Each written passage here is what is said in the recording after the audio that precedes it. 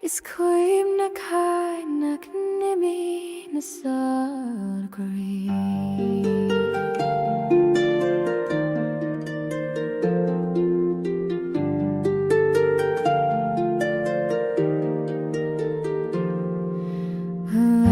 Between loyalty and love, only one can prevail. Caelan usually offered his arm to a lady as a gesture of courtesy, but this time he hesitated. That woman was no ordinary guest, she was a nun, or at least that's what she claimed. To touch her skin, even to brush against it, felt almost sacrilegious. Besides, he still hadn't mastered the agitation she stirred in his body, a sensation he hadn't allowed himself since the betrayal of Selene. He forced himself to maintain composure when they stood before his parents. "Father, mother," he said in a tense voice, "I present to you Sister Eira from Caer Thalen."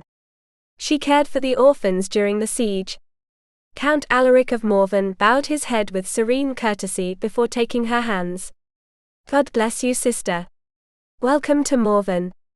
Eira grasped his fingers with a barely concealed tremor, and lowered her head. Lady Mairead, on the other hand, welcomed her with the warm enthusiasm characteristic of her. She embraced her without concern for the stiff headdress that separated her from her guest's face. "Welcome, sister. I'm Lady Mairead, mother of Caelan, Eamon and Finn. You must be a very strong woman, to have survived such a trial. Oh, tell me, which order does the Caer Thalen convent belong to?" Eira blinked, searching for air. "The Little Sisters of St. Aidan," she stammered. Lady Mairead smiled, pleased. "What a lovely name. You must be exhausted. First things first, a nice hot bath." Caelan watched as his mother led her inside the castle, chattering with her usual cheerfulness. He remained still in the courtyard, torn between confusion and an inexplicable sense of contentment.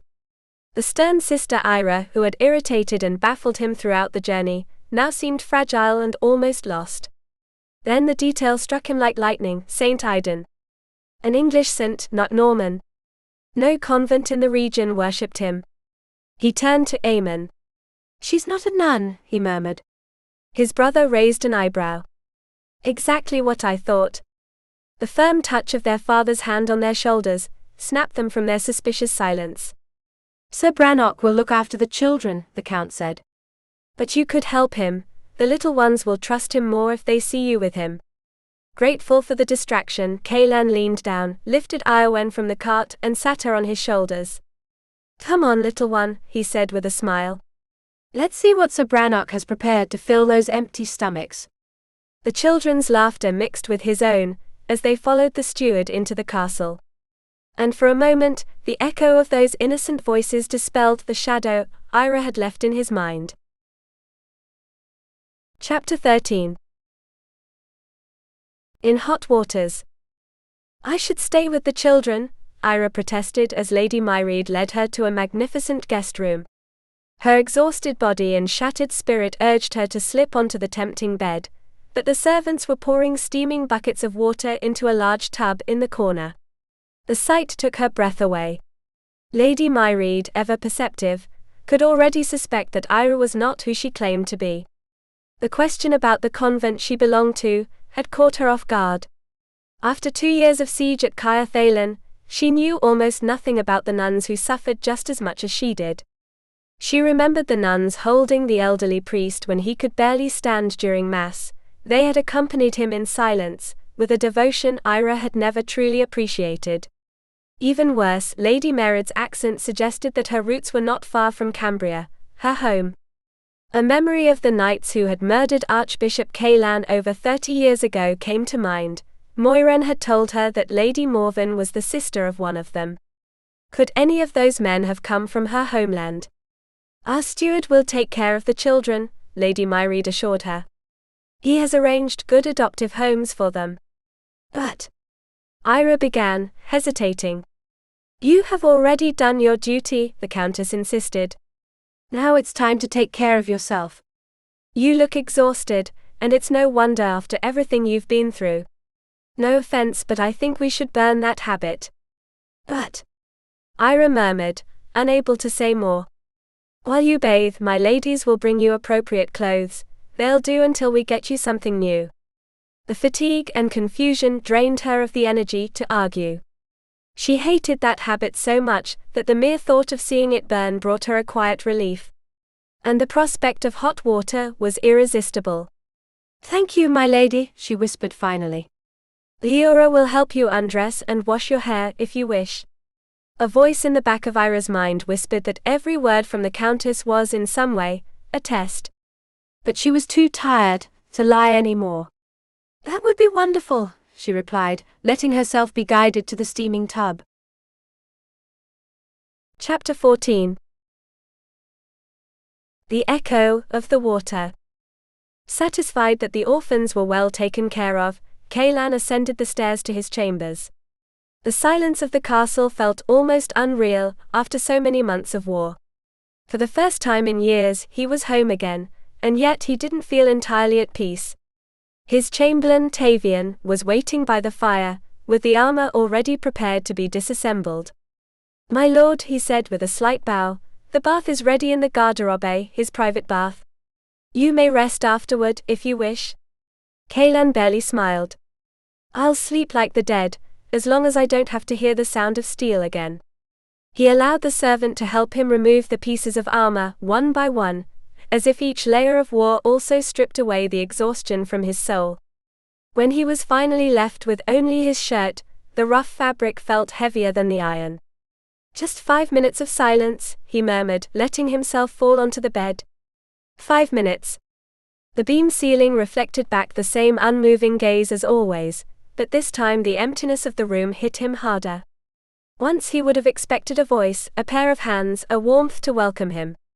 For years he had thought Selene would be that refuge, but broken promises didn't leave a home, only an echo. Tavian cleared his throat softly. "The water is starting to cool, my lord." Caelan sighed. "Then we better not waste it." He rose and without ceremony, removed his shirt and undergarments. The air in the room was warm, smelling of soap and damp wood. As he sank into the tub, the hot water's touch pulled a low, almost relieved groan from him. He closed his eyes, letting the warmth erase the mud, the fear, the fatigue. But he couldn't empty his mind. Against his will, Eira's image pressed in among the shadows of the steam, the rough fabric of the habit sliding against her skin, the veil falling, the shine of a face he had barely seen.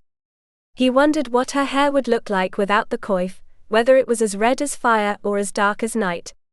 The thought made him tense. He ran a hand over his face, ashamed of himself. Was it a sin to desire what he shouldn't? Or just a way of remembering he was still alive? She wasn't beautiful, he told himself, and yet something about her disturbed him more than any beauty. Perhaps her silence. Maybe the way she avoided looking at him, as if she feared he might see her for real. While Tavian washed his back, Caelan hugged his knees, seeking refuge in solitude. He couldn't shake the feeling that the woman was hiding more than she let on. And that mystery, more than her face or voice, was what kept him awake. Because if Eira wasn't a nun, who the hell was she? Chapter 15. Foolish and gullible. Eira was sure that Leora hadn't noticed the dagger she had slipped under the straw mattress just before undressing. The steel was still there, hidden, like a silent promise. "You have beautiful hair," the young maid commented with an innocent smile. "I always thought nuns kept theirs short." Eira suppressed a shudder. There was no malice in those words, only curiosity. Perhaps it was true nuns cut their hair as a symbol of obedience. She, on the other hand, had kept hers long, rebellious, as untamable as her heart. When Leora removed the veil and coif, a river of reddish strands fell over her shoulders. The familiar weight, the brush of it against her skin, made her breathe again. She almost laughed in relief at getting rid of those stiff linen pieces, which seemed designed to punish the soul. The bath awaited her, a steaming pond within the golden dimness of the room. Eira dipped one foot, then the other, and closed her eyes as the heat enveloped her. The water smelled of lavender and damp wood. It was as if the war had finally started to peel away from her skin. She tried to focus on that simple pleasure, but her traitorous mind wandered to Caelan. Was he at that very moment bathing in another nearby chamber. The image came unbidden, water sliding down his back, his strong silent body under the firelight. A god of iron and flesh. "You're crazy," she muttered under her breath, laughing at herself. "Did you say something, my lady?" Lyra asked, pouring warm water over her hair. "Nothing, just a foolish thought." "Ah. I thought you were praying." Eira smiled. If she only knew what sin she would be praying for. "Tell me, Lyra. Is Sir Caelan married?" The question slipped out before she could stop it. The young maid seemed to hesitate. "No, my lady."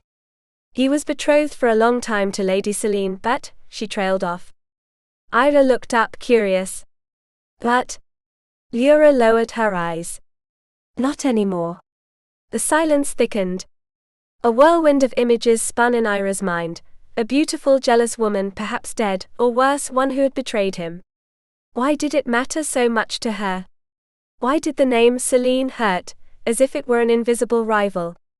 The water continued to fall over her head, and each drop seemed to bring one more question. When the maid wrapped her hair in a cloth, and offered her hand to help her out, Eira accepted with gratitude. Being cared for, even for a moment, was a forgotten luxury. The lavender scent clung to her skin. "Poor thing," murmured Lyra, drying her with a towel as soft as a sigh. "All bones. I can't imagine what you've been through." Eira didn't want to remember. She had left behind the fear, the hunger, the death. Sister Moiren had saved her life and with it given her a duty, to live. She secretly dreamed of a home, of a husband who would love her. But her cousin King John had denied her that right over and over. If she managed to return to England, her parents would marry her off to a man worthy of the king. A proper man. Not a Norman. Not someone like Caelan. Her small illusion of optimism shattered when she saw the dresses laid out on the bed. They were beautiful, made of fine fabrics in soft hues, with high collars and tight sleeves. Tilda, they were lovely garments, delicate fabrics and seams fit for a lady, not a fugitive. The collars were high, severe, with no trace of a neckline, yet the fitted cut made it clear that her figure would no longer be hidden beneath the habit. The sleeves, tight and elegant, left no room to conceal the dagger. She would have to find another way to carry it, more discreet, more dangerous. The idea of surrendering her only defense sent a shiver down her spine. She caressed the fabric with her fingers, feeling the softness foreign to her tired body. She couldn't remember the last time she had worn something so clean, so feminine. And yet, that luxury unsettled her more than poverty. The corset shaped the curves that hunger hadn't been able to erase. The fabric clung to her skin, revealing like a confession, the fullness inherited from her mother, a generous chest that no veil or monastic habit could conceal. Eira lowered her gaze, ashamed of herself for feeling a flush that had nothing to do with modesty. Perhaps it was the memory of the bath, the warm water, or the absurd suspicion that in another room, Caelan had also stripped off the weight of war. She shuddered. She shouldn't be thinking about this. She shouldn't be thinking about him. And yet she did. Chapter 16. Suspicions. Caelan felt like a different man after the bath. His body finally clean, the weight of the war left behind, the scent of soap replacing that of iron and sweat. Dressed in his favorite tunic and the old linen breeches, he climbed the steps to his father's sunroom. His thoughts, however, wouldn't leave him in peace. Eira. That woman was a mystery, and mysteries in uncertain times could be dangerous. He had learned to trust his parents' instincts whenever he doubted, and today he needed their clarity more than ever. When he entered, he found Eamon and Finn already there. It unsettled him, though he didn't quite know why. There had never been secrets between them. Though something had shifted since Selene's departure. Eamon, always charming, and Finn, shy yet attentive, seemed to move naturally in a world where he no longer found his place. His mother rose when she saw him.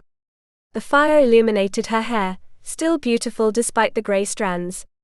She embraced him tightly, letting out the tears she had held back in the yard. "I prayed every day to see you return alive," she whispered. And I'm proud of you, son. Bringing those children here was a noble act. Caelan barely smiled. They've lost everything. Here they'll have a second chance. And they will, she assured him. Sir Brannock has already chosen families to care for them. He's excited about the project. His father, sitting by the window, looked up. And you, Caelan? What do you think now that the war is over? Caelan leaned against his mother's chair, staring into the fire. I feel relief and distrust. We've rid ourselves of a tyrant, but the new king may not be any better. His father laced his fingers together. Then we'll have to remind him that Normandy isn't ruled by fear, but by alliances. If he wants a peaceful duchy, he'll need our help. Aemon nodded. At least the Norman lords are united. That gives us strength. Caelan's father sighed. My concern is England. Or what may already be happening there, Finn added.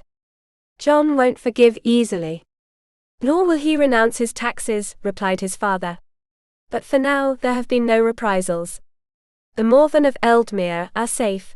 A messenger confirmed they received our message. I hope he remembers that our family helped his father secure the throne, said Caelan. He won't, his mother interjected harshly.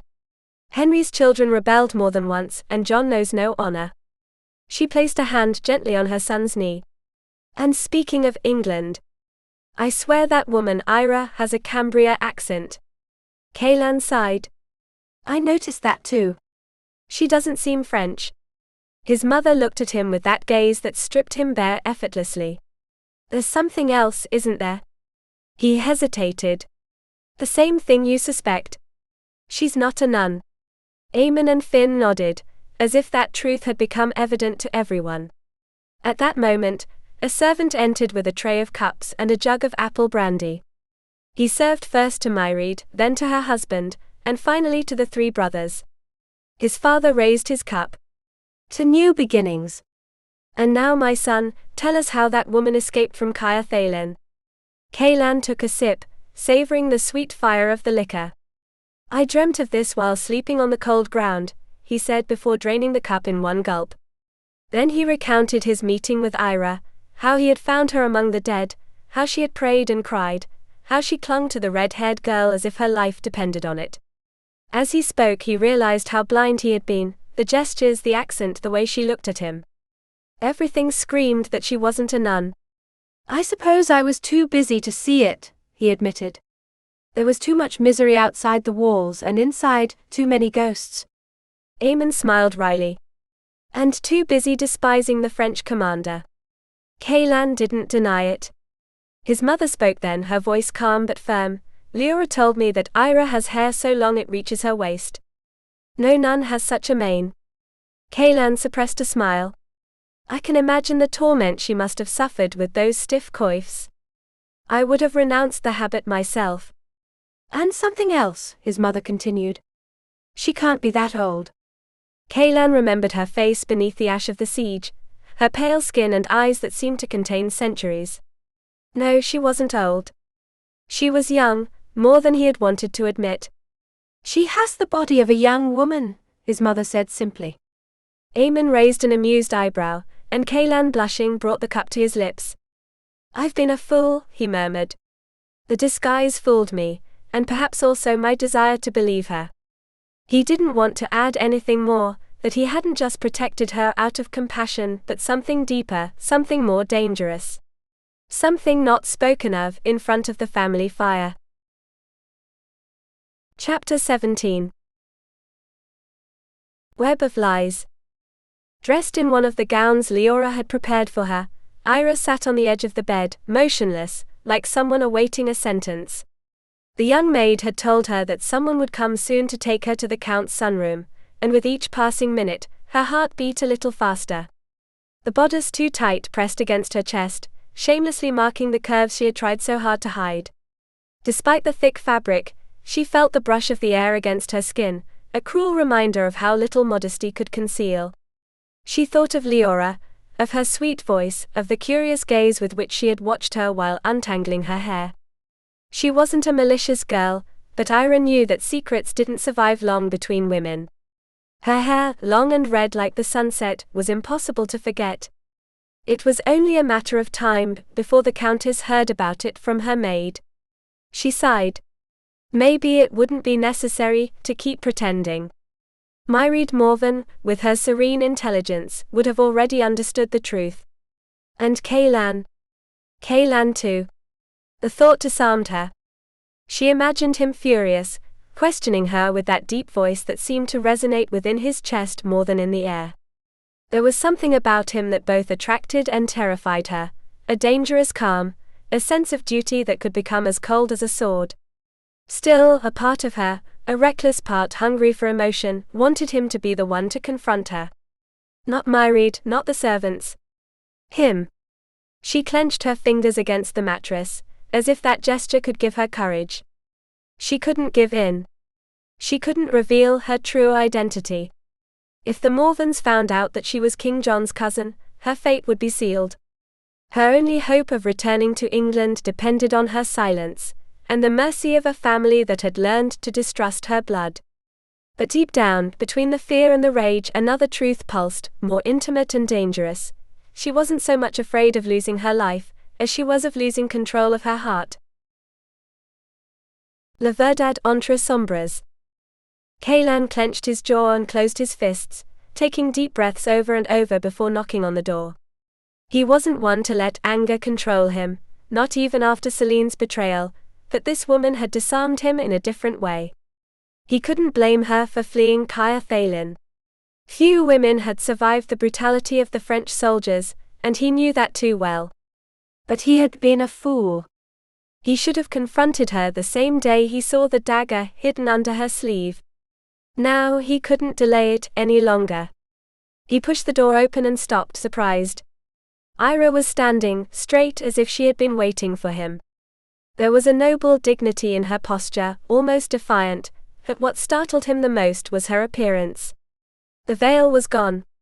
Her hair, a light copper red that caught the light like liquid fire, cascaded over her shoulders with a freedom that seemed like a provocation. And beneath the dress, too tight for her slender body, there were curves that spoke more of life than of penance. She wasn't the pale figure he remembered amid the mud and the habit. She was a young woman. A living woman. Caelan held back the impulse to look away. His body, traitorous, had recognized it before his mind. For the first time he felt no guilt for it. "I am not a nun," she said, lifting her chin with a mixture of pride and fear. He watched her silently, searching her face for a trace of remorse or shame. He found neither. Only firmness, and a barely perceptible tremor in the hands she kept clenched at her sides. "I see," he replied calmly, holding back the storm inside him. "Is Eira your real name?" "Eira de Lysarne," she answered without hesitation. "I was born in Cambria, as your mother has probably guessed." Caelan nodded slowly. "And how did you end up at Caer Thalen?" She blinked. A single quick gesture, like the fluttering of a secret she didn't want to be born. And in that moment he knew the next word would be a lie. The silence stretched between them.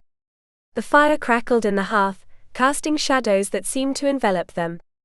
Caelan took a step towards her. Not as a judge nor as a soldier, but as a man who didn't know whether he wanted to uncover the truth, or protect it. "I went to Caer Thalen to arrange a marriage," Eira said, choosing each word carefully. It wasn't a complete lie, but it wasn't the truth either. And lying in front of Caelan of Morven felt almost impossible. The man didn't look away. His expression remained as firm as a wall. "With whom?" Eira breathed slowly, seeking refuge in the memories. "When I was a child, my parents arranged a betrothal," she replied. It was true.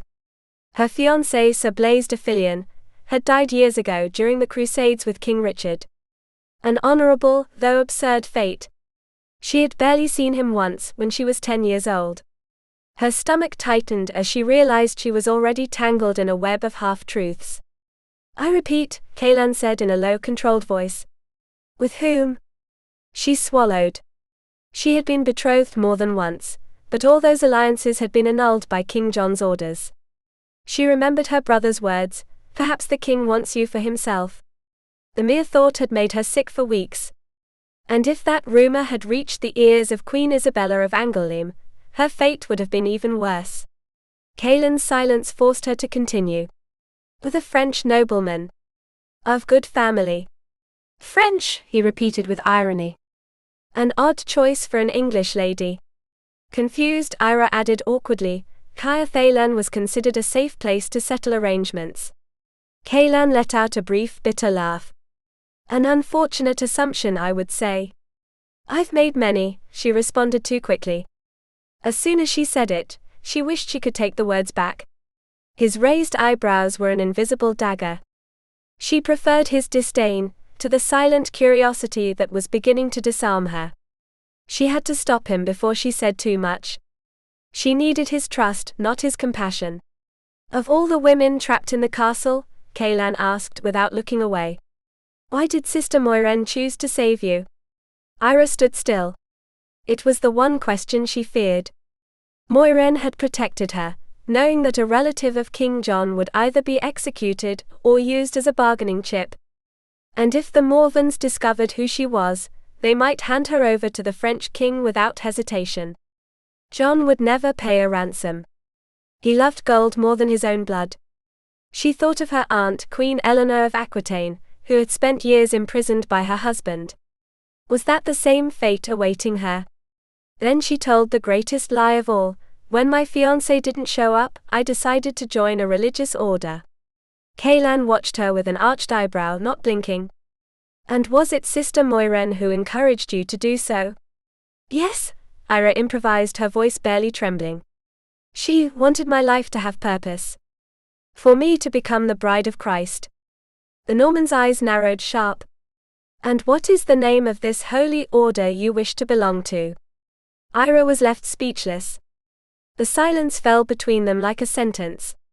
Caelan didn't say another word, but the disappointment in his gaze hurt more than any accusation. Inside she burned with shame. For years she had justified King John's actions, his coldness, his cruelty. But in that instant, her kinship with him became an invisible chain. It forced her to lie to a man who deserved the truth. A man who had saved her from the hell of Caer Thalen, and to whom she could only repay with a web of lies. Chapter 18. The first trial. Caelan believed he should feel pity for Eira. She had survived what would have destroyed many women, and that alone was enough to earn her respect. During the siege, others like her had died nameless, without comfort. She, on the other hand, had escaped, though at the cost of wrapping herself in lies that now seemed to weigh more than chains. In her eyes there was a trace of regret, as if every false word hurt her. And yet she kept lying. Why? Who did she fear more, her enemies or herself? Caelan clenched his jaw, frustrated with himself. He shouldn't be thinking about this. Not her voice, not the way the firelight played on her hair, not the body that had stayed hidden beneath that miserable habit. And yet he did. He wanted to know her. And at the same time, he wished he had never met her. My parents are waiting for you in the solarium, he said, more brusque than he intended. Of course, she replied calmly, not looking up. I hope they have a clearer idea of what to do with you, he added. I admit I don't. Eira intertwined her hands. My parents probably think I'm dead. I just want to return to England. For some reason, Caelan denied that possibility without thinking. My family travels frequently between Normandy and England, he replied. But now wouldn't be wise. The Morvens aren't well received by your king. She lifted her chin with pride, not breaking eye contact. Her expression was enough for him to understand what she thought. She disapproved of the exile of the Normans, the wars, the plunder. Caelan felt the urge to explain himself, to justify his people, but he held back. Instead, he stiffly extended his arm. Will you come with me? Eira hesitated for a moment, before placing her hand on his arm. The warmth of her fingers passed through the fabric. Caelan took a deep breath. She smelled of lavender and soap, a clean fragrance that made him feel an uncomfortable pang at the long time he had gone without a feminine presence nearby. They walked down the hall in silence, accompanied only by the echo of his footsteps and the soft rustle of her skirts. It wasn't a comfortable silence, but one full of unspoken things, questions, suspicions, and something else. Caelan had 1,000 reasons to distrust, but none to feel that strange urge to protect her. He didn't like mysteries, and she was one: mystery, contradiction, threat. Selene had also been a mystery, he remembered, and that hadn't ended well. When they arrived in the winter garden, the afternoon sun filtered through the windows, tinting the air with gold. There were his parents, waiting for them. Caelan released Eira's arm with a mixture of relief and resignation. He had made his decision, he would leave the matter in wiser hands. But as he watched her walk towards the light, he knew it was too late. He couldn't keep her out of his mind anymore. Eira gave a flawless curtsy as she entered the Count's solarium. In other times her wit and ease of conversation would have filled the room, but this time the words abandoned her. She hadn't spoken a single one during the journey with Caelan of Morven, even though she had far too many she should say. Surely, he expected an apology. And she couldn't give him one. She didn't know his true opinion of her, and that uncertainty wore on her more than fear. The Count and his wife stood when they saw her. "Please, Lady Eira, rise," said Caelan's father with solemn courtesy. She feared her legs wouldn't hold her, but Caelan, attentive, offered his hand. Eira clung to it like someone clinging to life, and when she was on her feet she expected him to let go. He didn't. Perhaps out of compassion. Perhaps instinct. "Eira de Lysarne is from Cambria, mother," he announced. "I knew I wasn't mistaken," the Countess responded with a kind smile. There were no kisses or effusive welcomes, but no reproach either, and that was enough to make Eira breathe more easily. "My father is the Baron of Ravenglass," she said, her voice barely trembling. "I'm from Thornhaven near Caerlan," Lady Myreed replied. "I'm afraid I don't know Lysarne. It's been many years since I last returned to Cambria." A warm relief washed over her. The Morvens, it seemed, weren't familiar with the nobility of her region. There was no hostility, except for the unreadable gaze of Caelan's younger brother, Finn, who stood still by the window. Aemon, however, didn't fully conceal the curiosity sparked by the graceful line of her bust. "Lysarne is farther south near the coast, my lady," Eira explained. The silence that followed made her shiver. The Count was watching her with narrowed eyes, measuring every word, every gesture. She wished they would invite her to sit, as only Caelan's hand kept her steady. Finally, a servant entered with a tray of glasses. "Excellent," said the Count. "Let's sit and talk while we enjoy a refreshment." The gesture eased her. If they were going to serve her a drink, they wouldn't treat her like a prisoner. Caelan guided her to a cushioned chair, and then stepped aside, resting a foot on the edge of the fireplace. She glanced at him from the corner of her eye, on guard, aware that he was watching her while his parents began the conversation. She felt the fluttering in her stomach that only tension, or desire, could provoke. She accepted a glass. The fruity aroma of the liquor enveloped her. "Have you tried our apple brandy?" the Count asked. Eira shook her head.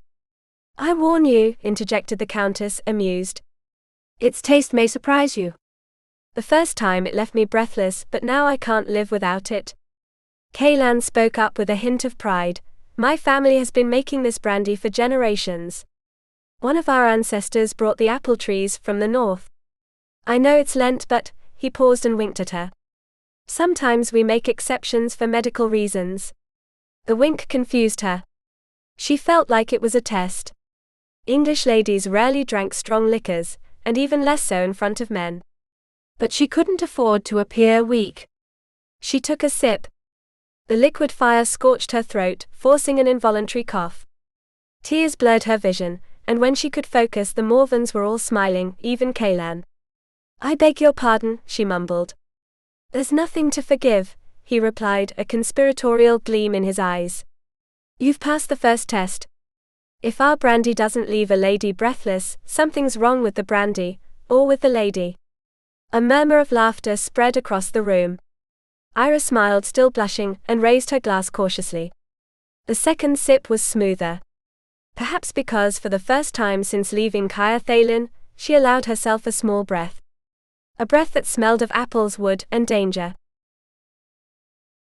Chapter 19. Isolation. Caelan almost gave Eira a pat on the back when she was seized by a fit of coughing. The gesture came almost instinctively, like years ago when Celine had choked on brandy, but this time he held back.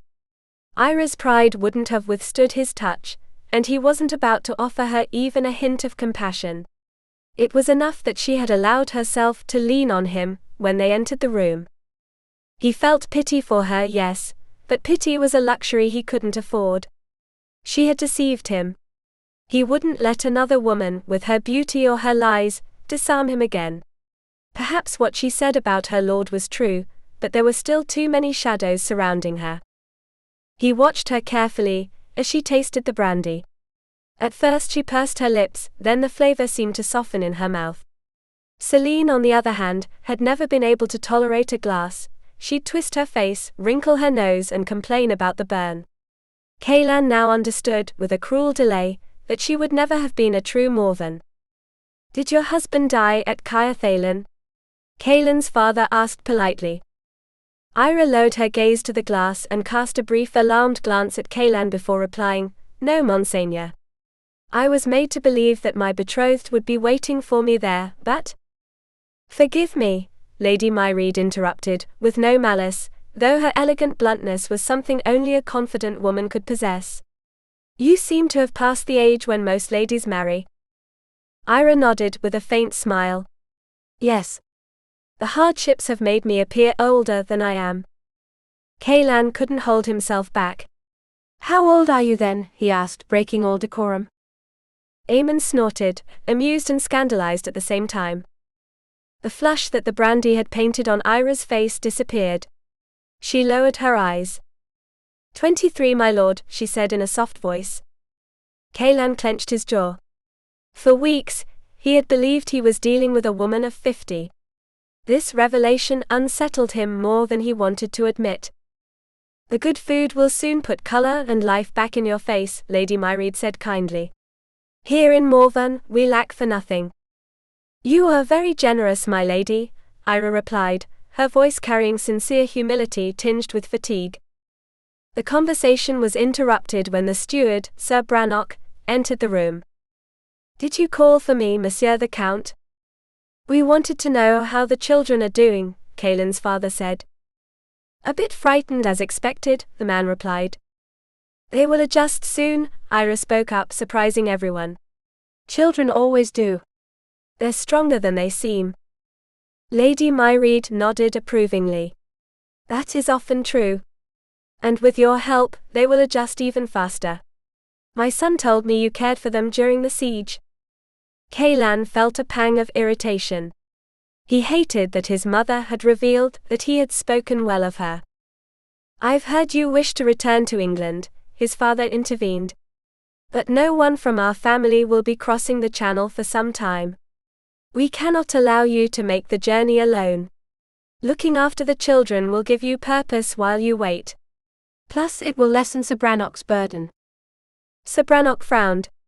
Clearly, he wasn't thrilled by the idea of sharing his routine with the woman. "Caelan," Lady Myreed then said, in a tone that allowed no argument. "Take Eira to see the children. Perhaps she can explain who she is to them now." Caelan looked at her, not responding immediately. The word isolation echoed strongly in his mind. He wasn't sure if the sentence was meant for Eira, or for him. Eamon seemed disappointed that it wasn't him accompanying her, while the resentment radiating from Caelan felt almost like a physical blow. Eira couldn't blame him. She had lied not just to him, but to the children who had trusted her so much. Still, true to his courteous nature, Caelan offered his arm as they left the solarium, though Eira sensed a contained tension in the gesture, as if the mere touch of her skin made him uncomfortable. She had never felt so alone. In Caer Thalen, as desperate as life had been under siege, she had at least been surrounded by people who shared her fear, her hunger, and her faith in survival.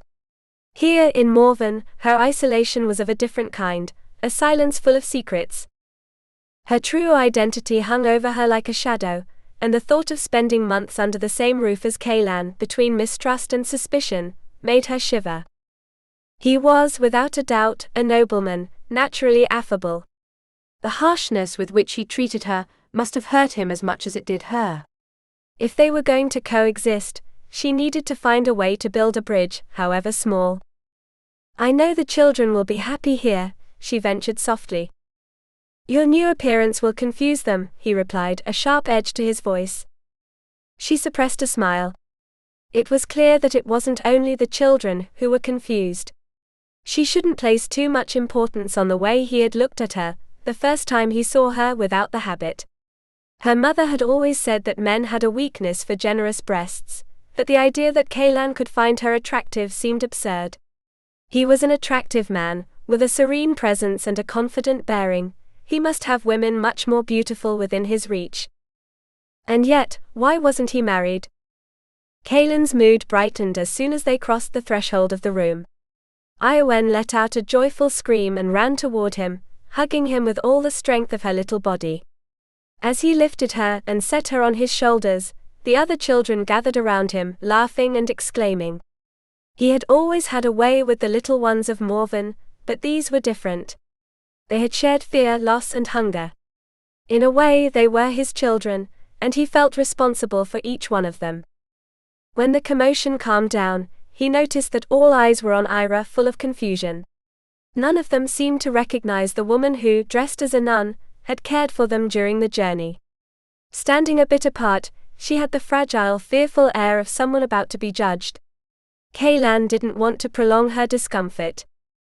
"Aren't you going to greet the lady who sang you lullabies when fear stole your sleep?" he asked kindly. "She protected you from the wolves when we traveled through the forests." The children's eyes widened in surprise.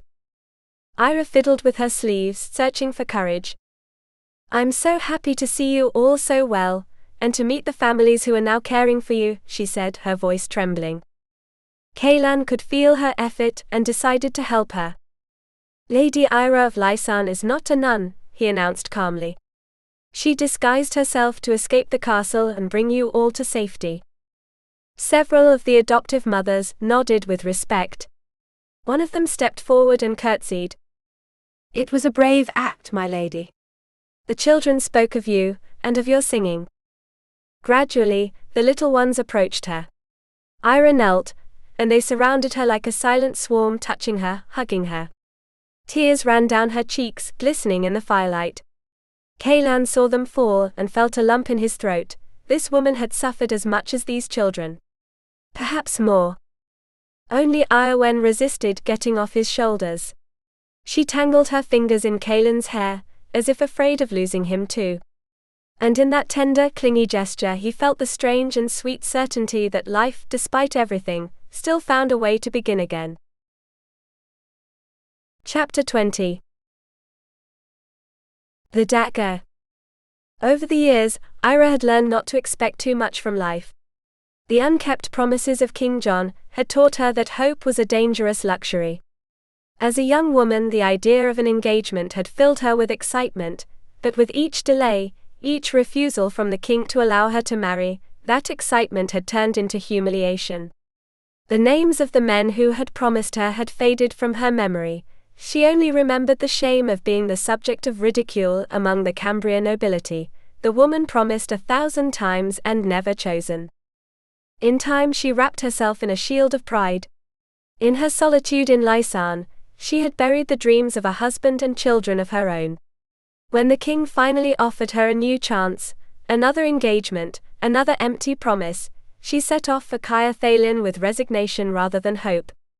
She hadn't known then that the journey would be her undoing. Now she understood that John must have known the French would lay siege to the castle, and had never intended to rescue her. Kneeling among the orphaned children, Eira felt tears blur her vision. Their small faces, lit by innocent smiles, showed a strength she no longer possessed. They had survived the horror, and they still believed in tomorrow. She didn't. Happiness felt like a land she had left behind forever. But she could offer something more humble, more enduring, her tenderness, her care, her silent promise to protect them. If fate condemned her to remain in Morven, at least she wouldn't be alone. These children would be her new family, and perhaps unknowingly her salvation. Where the soul remembers what fear forgets. Despite everything he had endured in Caer Thalen, Caelan sensed that Eira was not a happy woman. She spoke of her parents with tenderness, which made him think that her sadness must have deeper roots, wounds from her adult life. But when he saw her smile at the children, the air seemed to change. That light on her face, so unexpected, so pure, disarmed his caution. Beneath the simple coif and the fatigue, there was a beauty that didn't seek to be seen, a warmth that struck him in the chest before he could shield himself. For a moment, he wished to see that gesture again. Then, embarrassed, he pushed the thought away. He shouldn't allow compassion to confuse him again. Eira had deceived him before. Her sweetness could be as effective a mask as the habit she had worn. Still, he saw no danger in leaving her with the orphans. The children seemed happy to have her near, all but Eowyn, who clung to his neck like a vine. "Don't be afraid," he whispered, stroking her hair. "Eira won't hurt you." The little girl shook her head, trembling. "She has a dagger." Caelan froze. A pang of guilt pierced him. He had completely forgotten about that weapon. Saddened by the way Eowyn hid behind Caelan's leg, Eira approached slowly. "I hope we can still be friends," she said softly. The little girl pressed herself closer to her protector. "She's afraid," Caelan explained.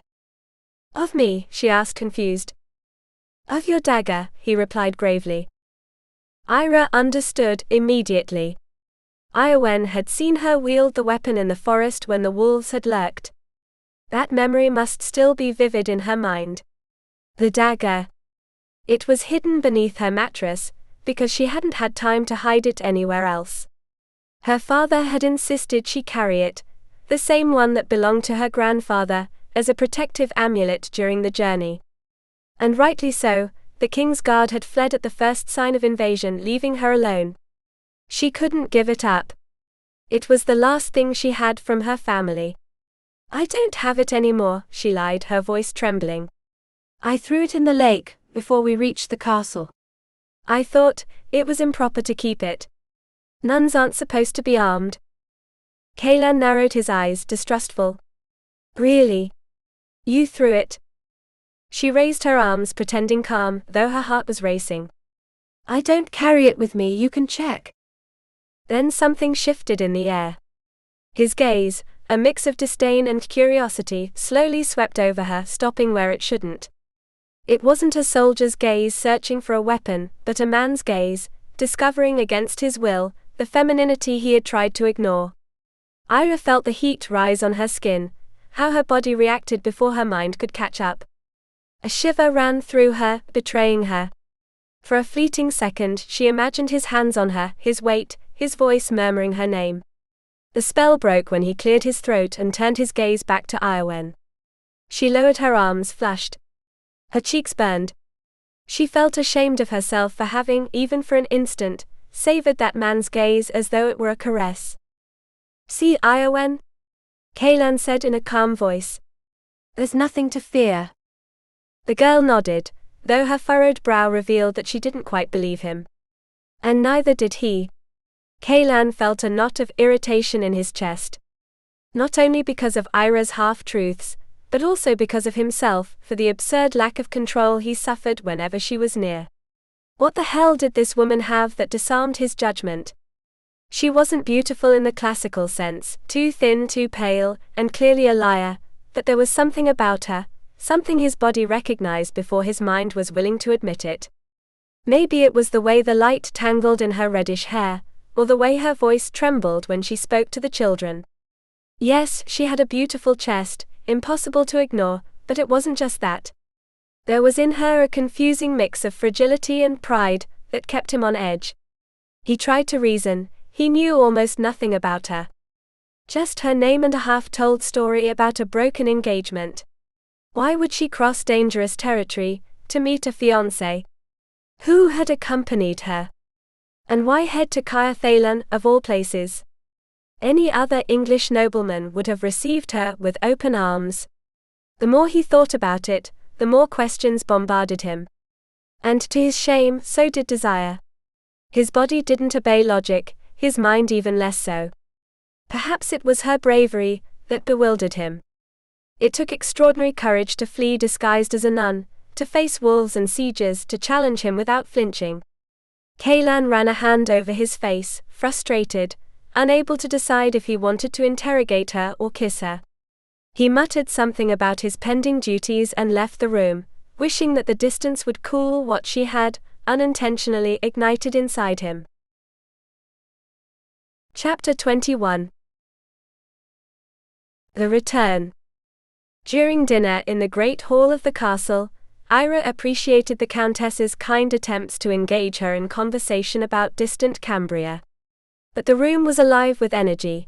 Peasants, soldiers, ladies, and servants had gathered to celebrate their lord's return.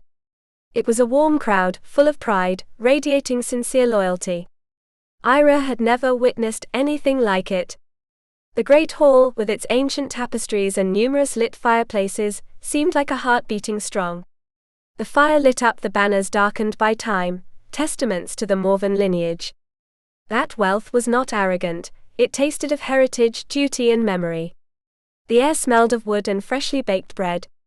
Even though it was Lent, the table overflowed with abundance: tender fish, rye bread, frothy beer, and the sweet scent of apple brandy. The faces shone with joy, grateful to have left behind the shadow of the old duke. Eira, however, felt out of place. Every smile she received weighed on her like a lie. She feared that one careless word might reveal her kinship with the king everyone hated. Her story had spread among the people: the runaway lady, the false nun, the woman with the dagger, and though no one openly looked at her with contempt, she sensed the curiosity around her like an uncomfortable breeze. Caelan shared toasts and laughter with his family, but his expression hardened when his eyes met hers. Eira lowered her gaze, feeling his disdain in her very flesh, and the sting of shame for everything that had led her to this place. The countess, sitting beside her, spoke gently about the children of her daughters, the blooming fields, and life in Morven. Eira listened with a polite smile, but her mind wandered. She wondered, without the right to do so, why Caelan remained single. She was about to ask permission to leave when the count, standing at the far end of the table, raised a hand. The murmur of the hall quieted instantly, as if the fire itself held its breath. And Eira, without knowing why, felt that something important was about to be revealed. The assault on Caer Thalen. Caelan suppressed a sigh as his father, euphoric from the evening, announced that everyone was eager to hear the tale of the siege and fall of Caer Thalen. Up until then, Caelan had enjoyed the feast, the warmth of the hearth, the laughter of his family, the happy murmur of his people. Being back home was a balm. But the mention of Caer Thalen was enough to darken his mood. He didn't want to talk about it, especially not in front of Eira. She had lived through the horror from the other side of the walls. The mere thought troubled him. Which side had she really been on? At first she had treated him coldly, almost with disdain. He had attributed it to the vow of a religious woman. Now he suspected that, deep down, she had considered him a traitor. Perhaps he was. After all, fighting alongside the French had left a wound in his chest that even victory couldn't close. He shook his head slightly, trying to avoid his father's request, but the crowd cheered him on with applause and shouts. There was no escape. He stood, careful not to glance at Eira, and began speaking in a calm voice, though each word felt heavy. Our forces reached the first outer wall by mining the main tower, he explained. The crowd nodded in admiration. No one understood the magnitude of that effort. Caer Thalen had been designed to withstand the impossible. Still, he chose not to dwell on the details. Then we found a weak point, he continued. A French soldier discovered a drainpipe through which our men were able to crawl. Disgusted exclamations echoed through the hall. Caelan smiled wearily. Fortunately, it wasn't me who had to crawl through there, he added, sharing a knowing glance with his brother Finn, who blushed amid laughter and toasts.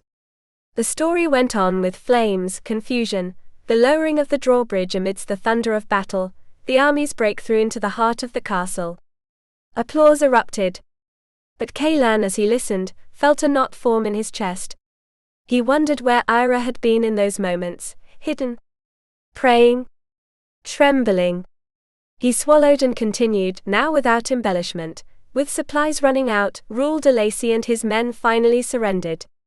That's how the siege ended. He fell silent. Everyone knew what happened when a fortress fell: looting, starvation, nameless deaths. There was no need to say it. A man raised his cup.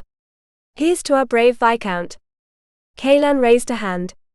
I wasn't alone. The credit goes to my brothers, to the Knights of Morven, and to all the men who endured the harshest winter I can remember. The voices chanted, here's to the men of Morven. But Caelan wasn't finished. The murmur quieted instantly. Let's not forget, he said in a grave voice, that many of those who resisted within those walls were Normans like us. I'm not ashamed to admit that my heart bleeds for them. His gaze unwittingly sought Eira.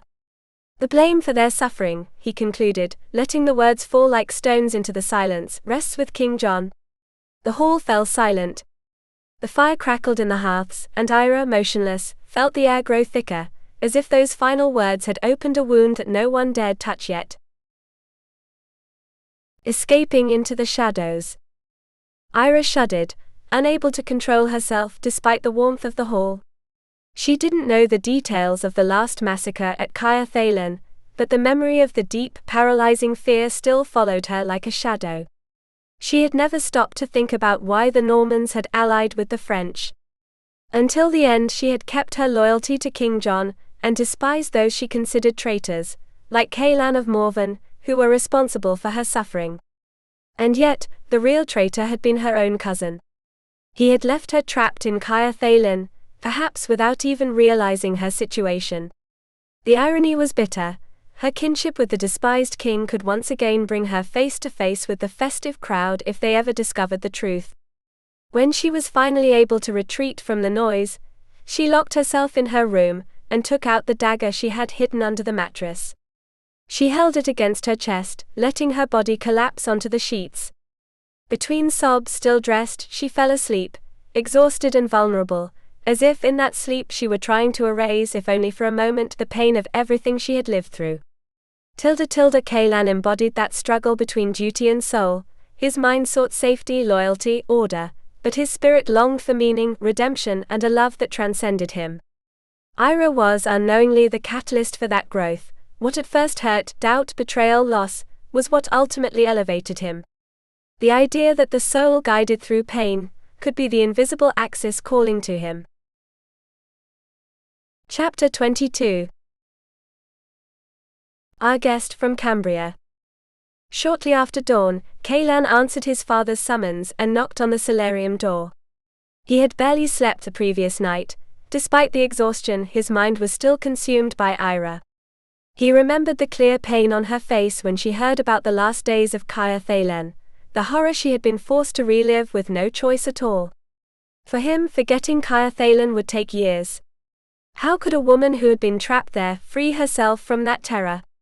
He too carried memories of the siege, but he hadn't endured the agony of hunger or the constant uncertainty about the fate of the castle. The more he thought about it, the more he admired Eira's courage. She hadn't resigned herself to a likely fate in the hands of the French soldiers. Her escape hadn't been just about surviving, but about preserving her dignity. He entered the solarium, his mind in turmoil. His mother greeted him with a warm embrace, and soon Aemon and Finn arrived. His father, Sirius, went straight to the point. Philip has reached his troops and begun his march toward Normandy. Caelan ran a hand through his hair. It was to be expected. The way is clear now that Caer Thalen no longer stands in the way. His father nodded. They say he'll follow the Seine, and he's also sent troops south to Angrian. Caelan had already predicted the most likely strategy. He'll enter Rouen first. The rest of the duchy will fall in line once he controls our capital. Losing Angrian will enrage John. That's where the Plantagenet dynasty began. That gives us maybe 1 or 2 months before the French reach our doorstep, his mother suggested. He remembered how his parents had ruled Morven together. He knew some Normans despised his father for considering a woman's opinions, but Alaric of Morven respected his wife's intelligence too much to listen to the detractors. Caelan, imagining himself inheriting the county, wanted a partner who would share the responsibilities. Selene had made him lose faith in women. "We have time to make more preparations," Aemon said. His father added, "We've already reinforced the outer bastion. Our garrison is stronger now that you and your men have returned. We'll welcome Philip when he arrives, I'm sure he will. But I want you to think twice about what it will cost him if he tries to take our home." Similar preparations are being made at our other properties, Eilon Garu, Belen and Donvar, his mother reported. "The French king will have a lot more to face if he decides to be greedy." Caelan took a deep breath, reluctant to bring up the topic of Eira. "And we also need to decide what to do with our guest from Cambria." "We don't need to tell Philip she escaped from Caer Thalen," Finn interjected. "But that's not what concerns you, is it?" his mother asked, knowing him too well. Caelan hesitated before answering. Something about Eira made him suspect she was hiding a secret. "Maybe we could present her as a relative," he suggested, trying to find a safe and discreet solution. Chapter 23. In the solarium. Sitting in the Count's solarium, Eira didn't know what to think of the plan to pass herself off as Lady Mairead's relative in case King Philip arrived. It was clear they had discussed the idea before her arrival. Caelan stood by the hearth, his face unreadable, watching her silently. "They said it could be months before the French king arrives," she said, hoping her frankness wouldn't bother her hosts. "I was hoping to return home to England before that." Count Alaric shook his head. "We can't risk anyone traveling to England for a while." "I could travel alone," Eira murmured, though the very thought of such a dangerous journey filled her with fear. "Not on your life," Caelan replied firmly. "I won't risk your life after helping you escape from Caer Thalen." A thought wanted to escape her lips, to remind him that she had escaped Caer Thalen thanks to Moiren. But instead she said cautiously, "If it had depended on you, you would have taken Sister Moiren, not me." Caelan clenched his jaw and narrowed his eyes, clearly angered. "Because Sister Moiren doesn't hide secrets," he retorted sharply. A chill ran through her. Caelan was an honest, direct and trustworthy man. She wanted to be able to trust him, but her kinship with John might be too much for the Morven family to accept, and even harder to hide from King Philip. "It would be an honor to be considered part of your family, Lady Mairead," she finally said, her voice soft. "And I wish with all my heart that you truly were a relative." Caelan's thoughts. Caelan muttered a curse under his breath. He had to remind himself that Eira had endured unspeakable horrors, and once again he had caused her pain. Perhaps her secret had to do with something that happened during the siege. He had assumed that her escape was due to the fear of being violated, but maybe the assault had already occurred before the defenders of Caer Thalen had surrendered. He gritted his teeth, outraged by that possibility. During the siege, law must have crumbled, everyone had to fend for themselves. Women became vulnerable. It was no surprise that she had armed herself with a dagger, a weapon he had no doubt she still possessed. Chapter 24. Good Friday, March 26, 1204. For the solemn observances of the day, Eira wore a simple brown dress, the most discreet of the ones they had given her. The week had passed in reflection and doubt, torn between confessing everything to the Morven family or keeping her secret. Lady Mairead had been a haven of kindness during the hours Eira spent sewing by her side. The Countess spoke lovingly of her childhood in Cambria, and Eira was surprised to notice how much it resembled her own. Slowly, she felt comfortable enough to share some personal memories.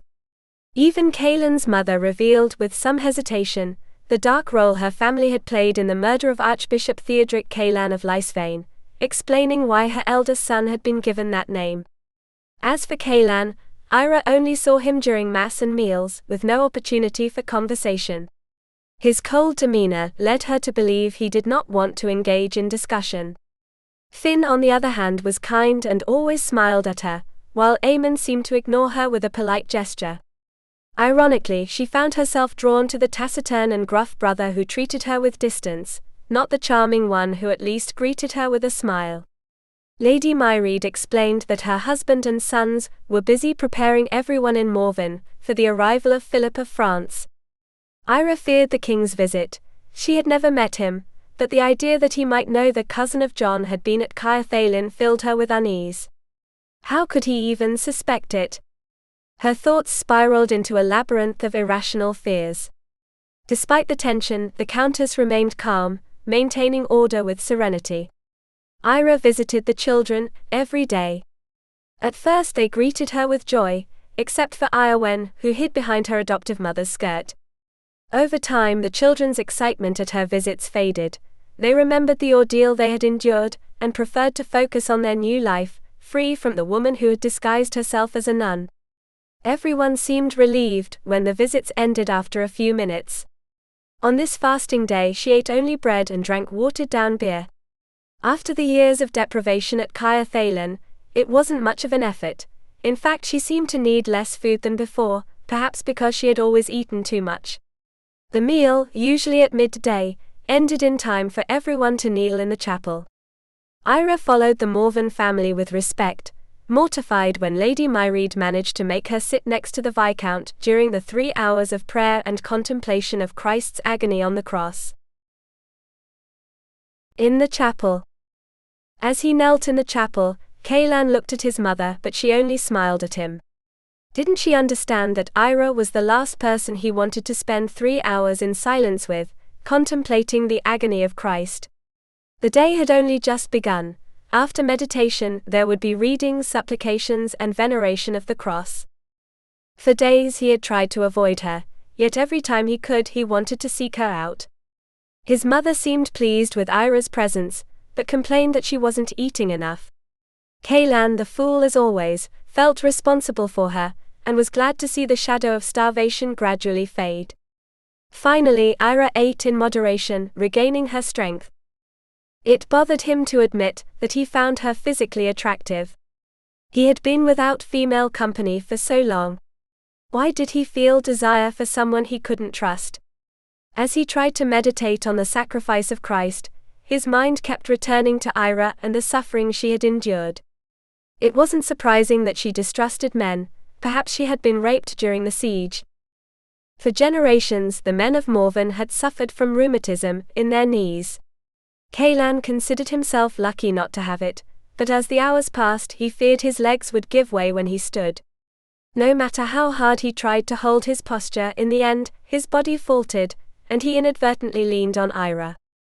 His shoulder brushed hers. He should have pulled away, but he found himself lacking the will to do so. The touch, subtle yet intense, awakened in both a mixture of discomfort and silent curiosity, as the soft light of the chapel bathed their faces, emphasizing the proximity that was impossible to ignore.